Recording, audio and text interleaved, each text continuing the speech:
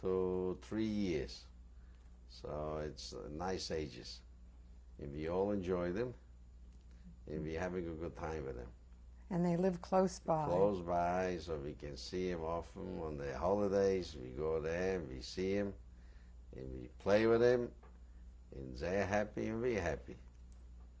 That's wonderful. And what else do you want me to tell? My life story? You want him to talk some more? Okay. Yeah. And I have a young, beautiful wife. She is born in Havana, and we married in Havana. And we came here after we got married. You want me to talk too? Oh, I guess he wants to check mine too. My throat is raspy, but I'll try. Oh, you need a goggle-muggle. A goggle-muggle. I haven't heard that in a long time.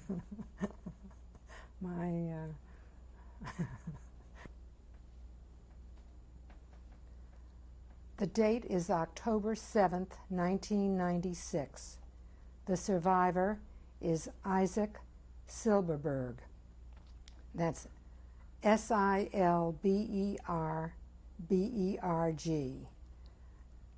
Originally Silberberg, Zylberberg. The interviewer is Lois Mezer. The interview is in North Miami, Florida, USA. Language is English, Tape 1.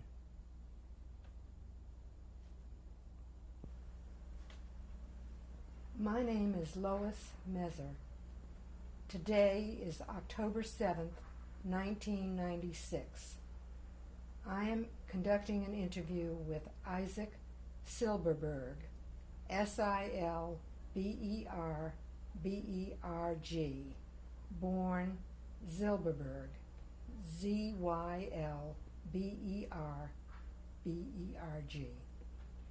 This interview is taking place in North Miami Beach, Florida, USA.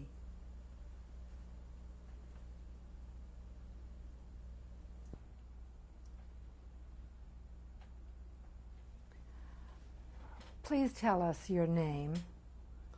My name is Isaac Silberberg. Will you spell it, please? I-A-A-S-C.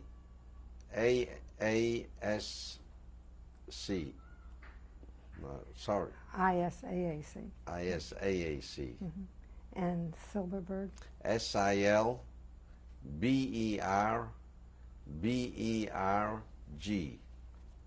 And was this your name when you were born?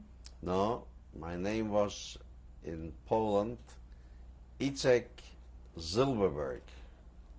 I-C-E-K Z-Y-L-B-E-R-B-E-R-G.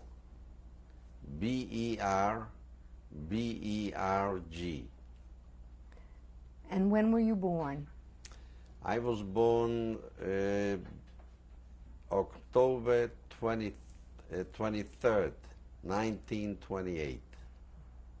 And how old are you now?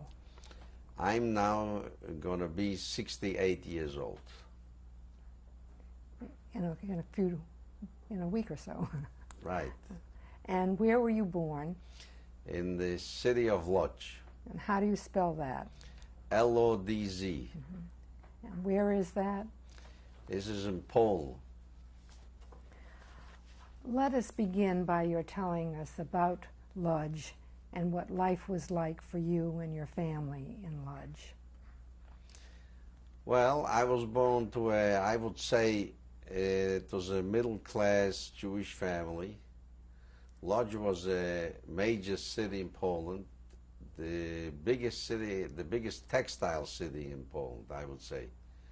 Lodz was very famous for all the piece goods and linen that were produced by Lodz manufacturers.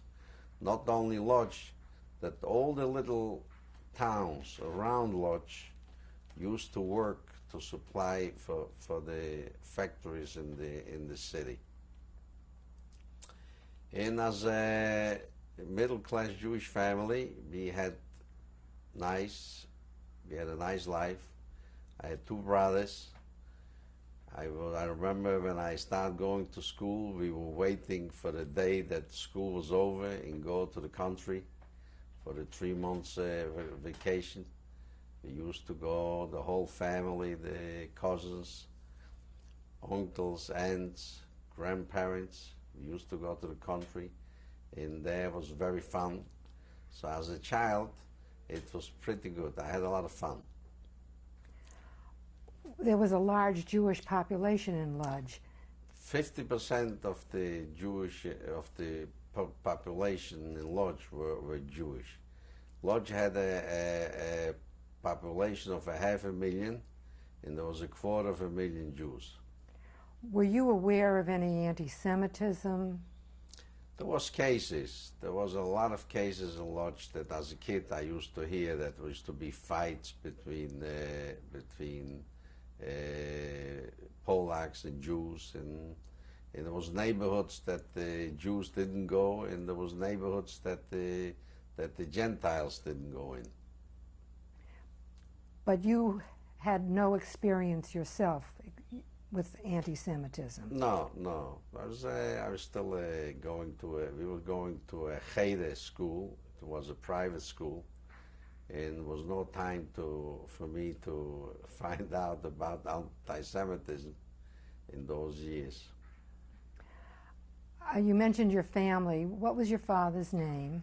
David. And was he also from Lodz? Was he born in Lodz? No, he was born in a town in another city. Actually, it was a smaller town. The name of the town was Maciejowice. Can you spell that? I wouldn't try now to spell it. Your father's last name was Silberberg. Yeah. Zylberberg.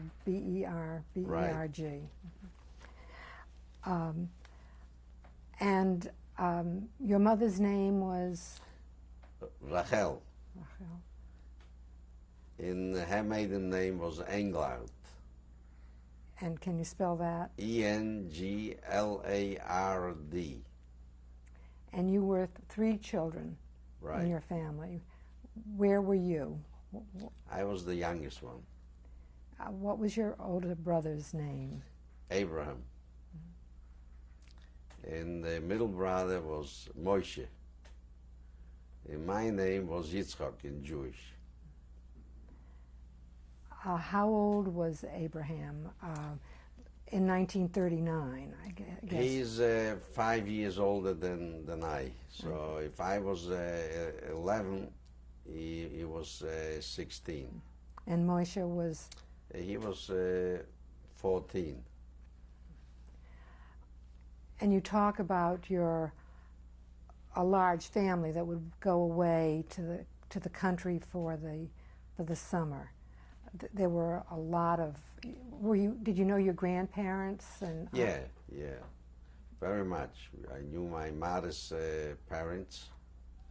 I didn't know my father's parents. They passed away. I'm named after my grandfather, and I saw my grandmother from my father's side once when I went with my father a trip to Warsaw.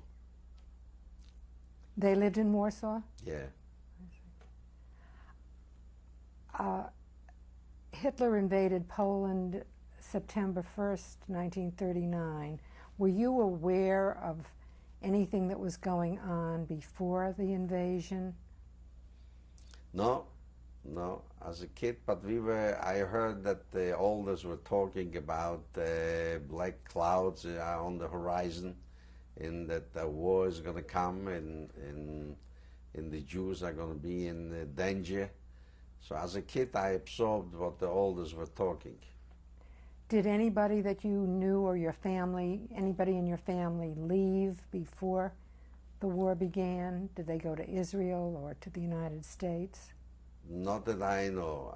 I think all my family remained in Lodz or in Warsaw. I had part of my mother's family was also living in Warsaw. Do you remember when the war began? Yeah, I remember.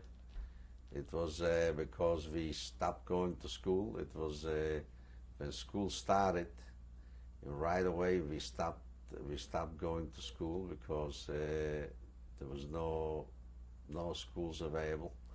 The Germans invaded in September. We start school a few days before the war started, and when the war started, it took a few days. Then the German army marched into Lodz.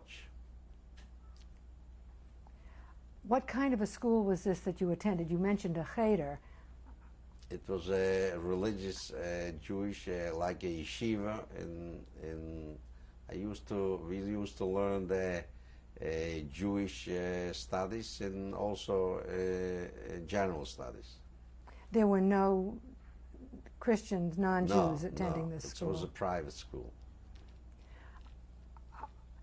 But the school, the Germans ordered the school to stop? Well, when this war started, it was a chaos. It was everything was closed. There was no order. There was nothing. So it was a chaos. It was the problem started right away when the German marched in. People had a problem getting food. There was no supply of food.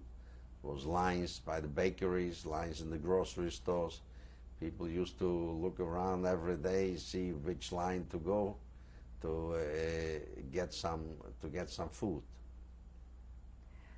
Do you remember when you first saw the tanks, or when you saw your first German? Yeah. As a matter of fact, there was no tanks. They marched in. First was a column of motorcycles, and then they marched in like a marching position. There was only one night that they bombarded Lodz, and I remember we went down to the cellar because we heard those noises from the cannons. And the next day the Germans marched in because the Polish army ran away. And when the Germans marched in, they issued orders. How were you told that there would be everything closed or no food? No, after a few days everything started to be normal. They took all the administrations back to work. Everybody started going to work, and but the schools were not open. And they used to take people to work, grab in the street. My brother was caught a few days after the German marched in, and they put him in jail. Like they accused him that he was spying on them because he was watching how they march. How long was he kept in jail? He was about 2 months in jail, till finally my mother used to go there to the jail and see if she can see him and use all kind of. She was trying to tell him that he is only a boy, that he doesn't know nothing about politics. But after 2 months, finally, they released him. What kind of work did your father do? My father was a small businessman. We had a little wholesale business, and used to come customers from the province. From the provinces used to come to us, and we supplied them with the goods. And he was able to go back into business? No. After the Germans marched in, it was like was no goods available.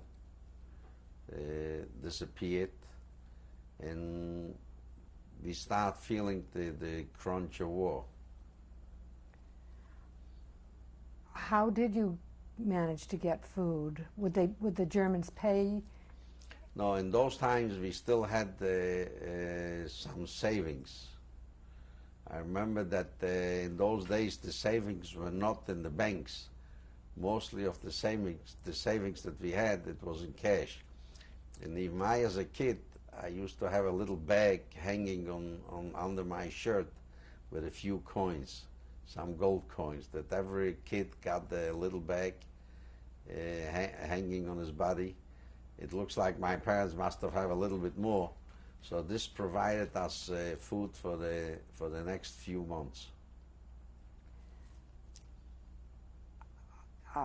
What other kinds of things did the Germans do? Did they confiscate property?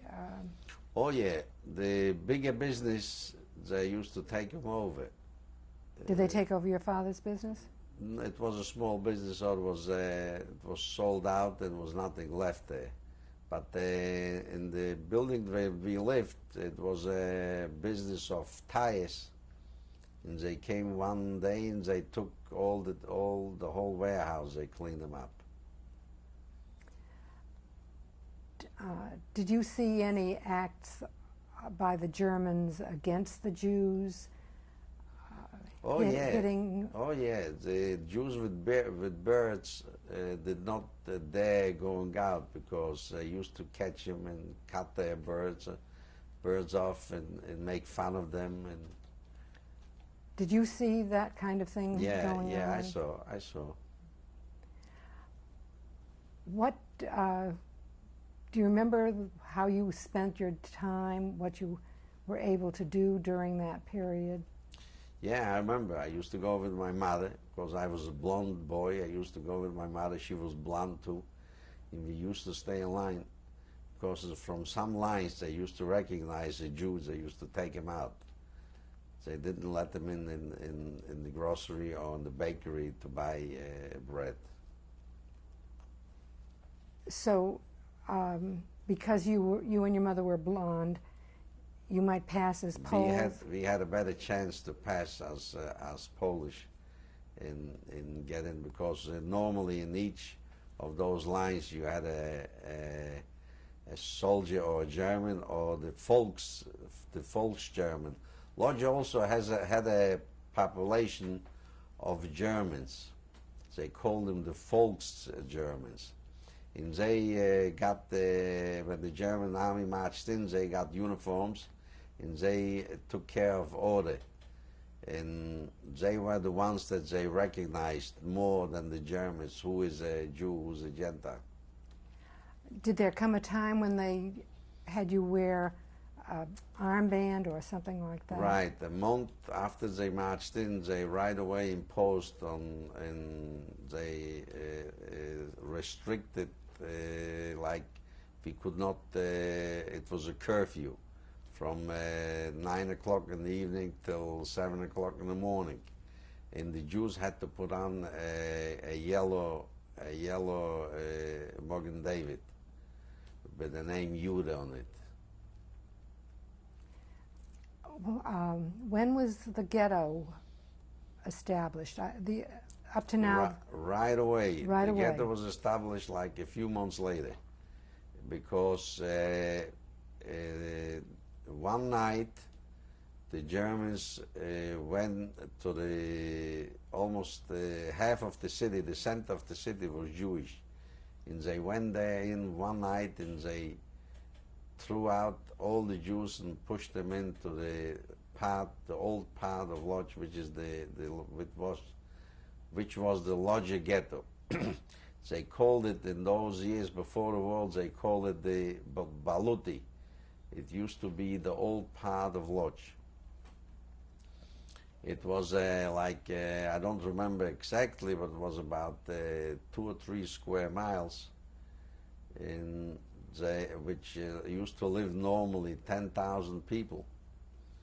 And one night they chased out everybody from their houses, and they told them to go to this part of Lodz, which they prepared, and they made fence. They fenced it in. It was encircled by barbed wire. Barbed wire, yeah.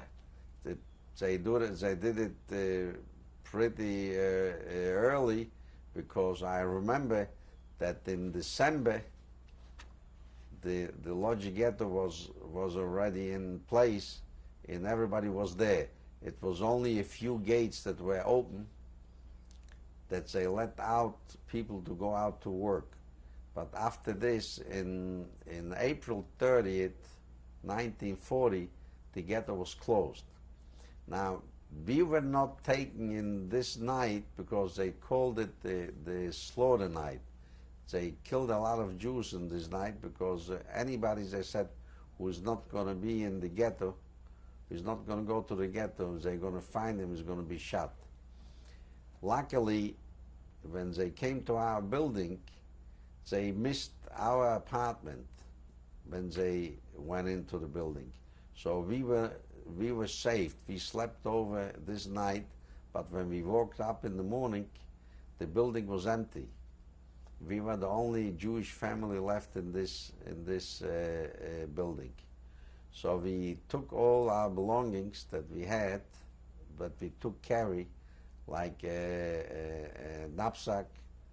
Everybody had actually ready a knapsack with the private things, and we went the next day to the ghetto. Now, when we went there, we find that my aunt and uncle and grandmother was there already, and they took us in. They had one room, and we came another 5, 3 kids and my parents. We came into this room. So we were in one room, we were all together, 10 people. The house in which you had lived, there were non-Jews living there as well as Jews? Yeah. This building was an apartment building. There was there, I would say mostly of the people were Jews. Have you had any thoughts about how they missed your family? No, I don't know, because I tried to find maybe somebody last year when I went back to Lodz to see if I can find this building and maybe find somebody that was living in this era, in this time, but our building was destroyed, and I could not find out how they felt when we all left. So you say that the ghetto was closed at a certain point. What went on inside the ghetto then? Before that, you were able to go out, and people were able to go out and work or go, and then they couldn't? The life in the ghetto was a struggle from the first day on, because when you take in a place where only 10,000 people live, and you push in 250,000 people, it is like hell. And if I will describe you how we survived in one room, 8 feet by 12 feet, 10 people, how everybody in the evening separate a sheet that covered around, and everybody had a different corner. We had a corner, my aunt with a husband and a small kid had a corner, my grandmother with a son had another corner, and this is how we settled down. And it was an ordeal to take a shower. We take it for granted today. You go in you take a shower. To take a shower in the ghetto, we did not have running water in the room. It was like it's incredible to describe it. How we used to warm up a pail of water, and we used to get a bed, all 3 kids, and then when the parents took a bed, nobody could see because it was only in one pail of water. Everybody got a bed. Was there electricity? Yeah, it was electricity. This is the way how we used to warm up water sometimes. We designed special wires, and we connected to the electricity. This is how we maneuvered to warm up a little bit water. And surely also for cooking, we had to break up all wooden fences. Anything made of wood was broken up, to be able to prepare food, if it was any food available. Lodz had a form of Jewish government, didn't it? A council, a Judenrat. Right. Do you remember anything about that? Oh yeah. The German organized it. It was like being managed as a city by itself.